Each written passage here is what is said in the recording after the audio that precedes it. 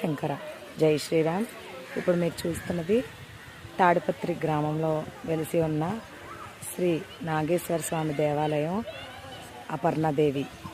ఇక్కడ అమ్మవారు స్వయంగా స్వామివారి గురించి ఏకకాలు మీద అంటే ఒంటి కాలు మీద తపస్సు చేశారంట. కాబట్టి ఈ స్థల పురాణం చాలా విశేషంగా ఉంది.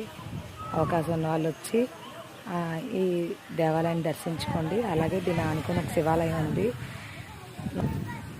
దర్శనించినప్పుడు నార్మల్గా